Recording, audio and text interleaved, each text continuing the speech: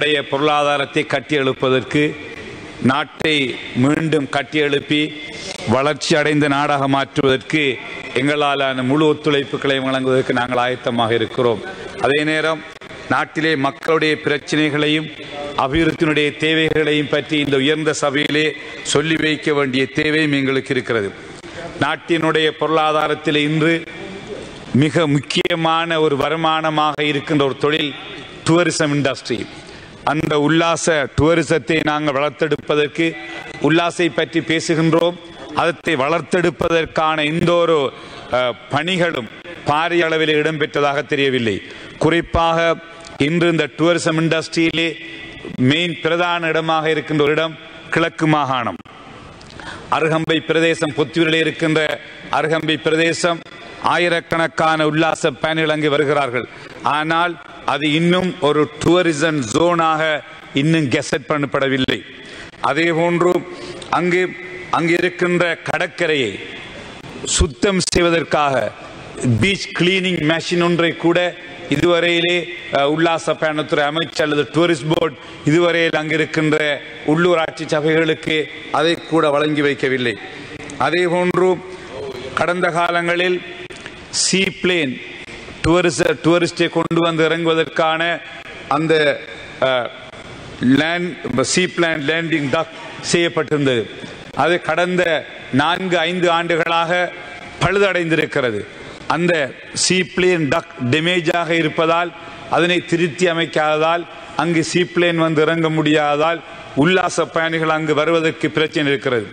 அதே போன்று இருக்கின்ற இடங்களில் 3 மாடிகளுக்கு மேல் ஹோட்டலை கட்டுவதற்கு கூட இன்னும் யூடி அனுமதி வழங்கவில்லை. காரணம், அங்கு பாதுகாப்புக்காக ஃபயர் பிரிகேட் இல்லை என்ற காரணத்தினால் யூடி அதற்கான அனுமதிகளை வழங்கவில்லை.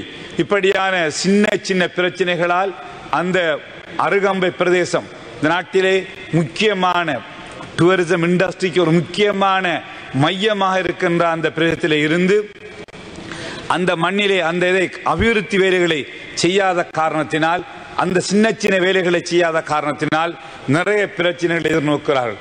ஆகவே கௌரவ சம்பந்தப்பட்ட அமைச்சர் அவர்கள் உடனடியாக அந்த பிரதேசத்தில் இருக்கின்ற அந்த குறைகளை நிவர்த்திப்பதற்கு முயற்சி எடுக்கும் சம்பவத்தை நான் சொல்லி வைக்க விரும்புகின்றேன். அதே போன்றுதான் மட்டக்களப்பு ஏர்போர்ட் இன்டர்நேஷனல் ஏர்போர்ட்டாக கெசட் பண்ணப்பட்டிருக்கிற கடந்த ஆட்சி காலத்திலே அதனுடைய ரன்வே உட்பட பார்க்கிங் அபிவிருத்தி செய்யப்பட்டிருக்கிறது. ஆனால் அங்கிருக்கின்ற டெர்மினல் ஃபெசிலிட்டிஸ் போதாமல் இருக்கின்ற காரணத்தினால் இன்று காலை கூட நான் தொடர்பு கொண்டு கேட்டபோதும் டெர்மினல் ஃபெசிலிட்டிஸ்ல இருக்கிற அந்த ஃபெசிலிட்டிஸ் போதாமையால் அந்த பட்டிகுலோ இன்டர்நேஷனல் ஏர்போர்ட்டிலே ஃபிளைட்ஸை கொண்டு வந்து இறக்க முடியாமல் இருக்கிறது, அல்லது அங்கு வருகின்ற பேசஞ்சர்ஸ் உடைய தேவைகளை நிறைவு செய்ய முடியாமல் இருக்குன்னு சொன்னார்கள்.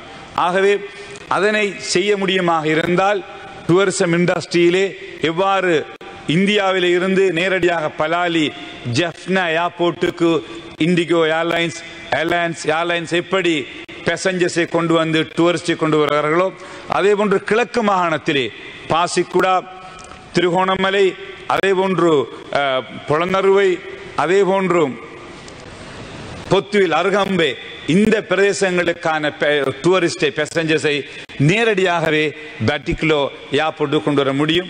ஆகவே கௌரவ அமைச்சர் அவர்கள் அது தொடர்பில் உரிய நடவடிக்கை எடுத்து அந்த விமான நிலையத்தையும் அதை செய்வதற்காக ஐகா ஒரு ரிப்போர்ட் அது சர்டிபிகேட்டை பெறுவதற்காக அந்த விமான நிலையத்துக்கு தேவையான டெர்மினல் ஃபெசிலிட்டிஸை மேலதிகமான வசதிகளை செய்து கொடுக்குமாறு அன்போடு கேட்டுக் விரும்புகிறோம். அதே போன்று I have 10 minutes, madam. I have given 10 minutes for me. 7 minutes. I have 10 minutes allocated morning. So, கௌரவ பரிசாளர் அவர்களே, அதே போன்று புன்னக்குடாவிலே ஒரு முக்கியமான ஒரு பெரிய சுற்றுலாவுக்கு சொந்தமான இடம். ஆகவே அந்த பிரதேசமும் ஒரு உல்லாச டூரிஸ்ட் டெஸ்டினேஷனாக நீங்கள் மாற்றி அமைக்க வேண்டும். அதற்கான நடவடிக்கைகளை நான் சொல்லி வைக்க விரும்புகின்றேன். அதே போன்று பாஸ்போர்ட் ගෞරව මැතිතුමා